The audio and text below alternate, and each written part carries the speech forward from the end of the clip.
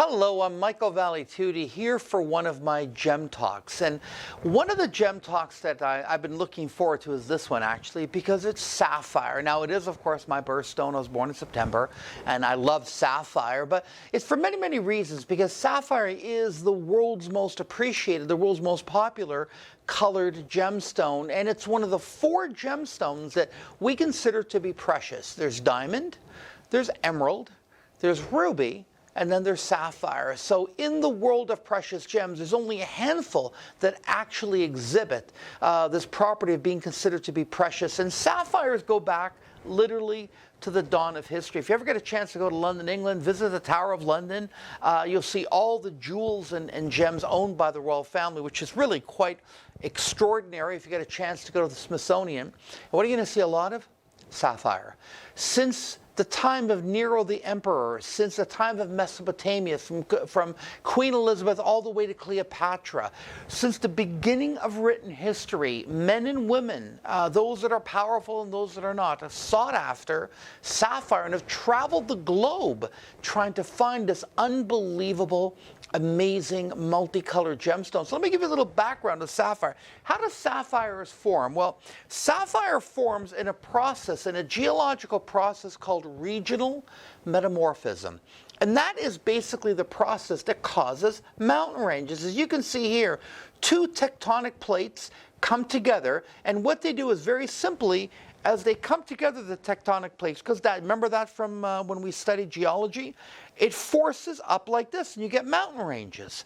And what happens is all the different chemical elements that are present in the Earth's crust are crushed together, and they no longer can exist in their present form, and they become something else. They metamorphize, or they turn into something else. And the chemical composition for sapphire, or also known as corundum, that's the general term of it, is aluminum oxide. So it's basically aluminum with oxygen. So that is what's inside of sapphire, which is one of the reasons that it's so strong. Sapphire is classified as 9 on the Mohs hardness scale.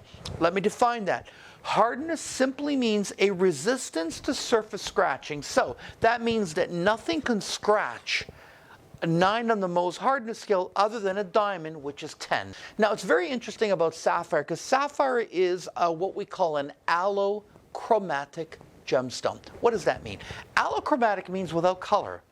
In its purest form, if you find pure sapphire with no other trace elements, it's white, it's clear, like a beautiful white diamond. It has no color. Oftentimes that's sold to you as white sapphire. But sapphires, they tend to absorb other elements that are around them. We call these trace elements.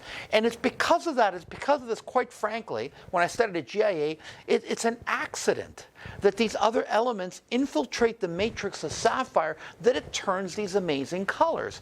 Now, we all know and think that sapphire is blue. You're right. Most sapphires that are found in the earth are blue. Why? What causes a blue sapphire are 2 elements, these transitional elements: iron modified by titanium. Now, if you've ever been to the earth, right? Of course, we all live here, but you ever dig into the ground, you see a lot of red earth. That's iron. So iron is a very, very basic element of the Earth's crust, which is one reason why, which I'll get into it, why sapphires from Australia don't look so good. They're very dark. They have too much iron. In other places, like behind me here, Chantanaburi, Thailand, it's different there. The Earth is not that dark color, so there's more titanium. Titanium softens the iron. It takes away its harshness, so you get more of that royal, that lovely blue color that everyone loves. But we think of sapphire as just being blue. You are right, but you're wrong in the sense that it comes in every single color of the rainbow. It comes in an unbelievable range of color. And right here on my pad, I'm going to go through some of the colors with you and tell you what causes the color. Now, you can see here that I've got here that beautiful yellow color that you see here. And these come in different types of shades, as you see here. These are all natural. And the yellow is caused mostly by iron. When we get to the blue that you see here, the blue is iron and titanium. You see that the moment I introduce a little bit of titanium, how it changes color naturally to a blue. When I get here to the pinks are absolutely beautiful. The pinks are colored by chromium. And how do we know that? Look, when I shine my light here. Do you see how it fluoresces a little bit? That fluorescing is caused by the element of chromium, ladies and gentlemen. So it's that chromium, which, by the way, is the same thing that makes a ruby red. And we're going to get into that in a minute. And then here you have the lovely greens. And the greens are mostly iron with just a little tiny bit of titanium. And then we have the purple. What's the purple? Well, the purple is a pink and a blue that are mixed together. So a purple has titanium, chromium, and iron almost in equal strengths. And that's why we get the purple sapphires. Now you take a look at this. Look at these gorgeous, wonderful shades. This is what it looks like when it's cut. You want to get sapphires from what we call alluvial deposits. Why? Because Mother Nature naturally cleans them. Imagine a sapphire forming up in the mountain. It probably has a lot of inclusions, right? Because it's a type 2 stone, which means usually we expect to see a lot of inclusions in the sapphire. That's normal. That's called the primary deposit. Give it 100 million years. It's now going to travel miles down that mountain.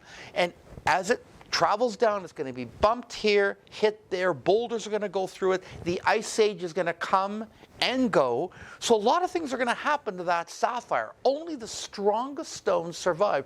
The ones that are relatively free of inclusions, like the ones I have here. And they're the ones that end up in these open pits. And then they're covered by sediment. They're relatively easy to get to because you can sieve them out by hand. Once you find the deposit, we just remove some of the overburden, expose that dirt underneath. With water, you can sieve these stones out. And this is how they come to market. In the world of sapphire, any sapphire that is not blue is automatically by GIA, that's the Gemological Institute of America, is considered a fancy sapphire. So when you get into your canaries, your wonderful purples, your greens, these stones are fancy colors. And as much as you think that they occur frequently, because I know you've seen me on television and I'm always showing you the multicolor sapphires, the fact is that they're not as prevalent as you think they are.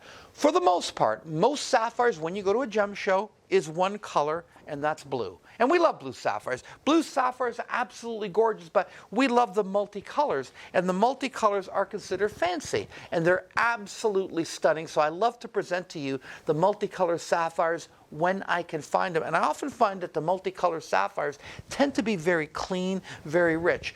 What are the main sources of sapphires? Anywhere where there were mountain ranges, generally, I tend to get them from Southeast Asia, from Thailand. Other great sapphire deposits will be in Madagascar, East Africa. Have you ever seen a map of Africa?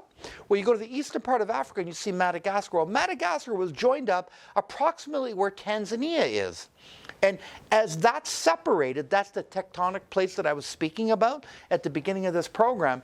As that's separated, that tension, that regional metamorphism caused the hills, right?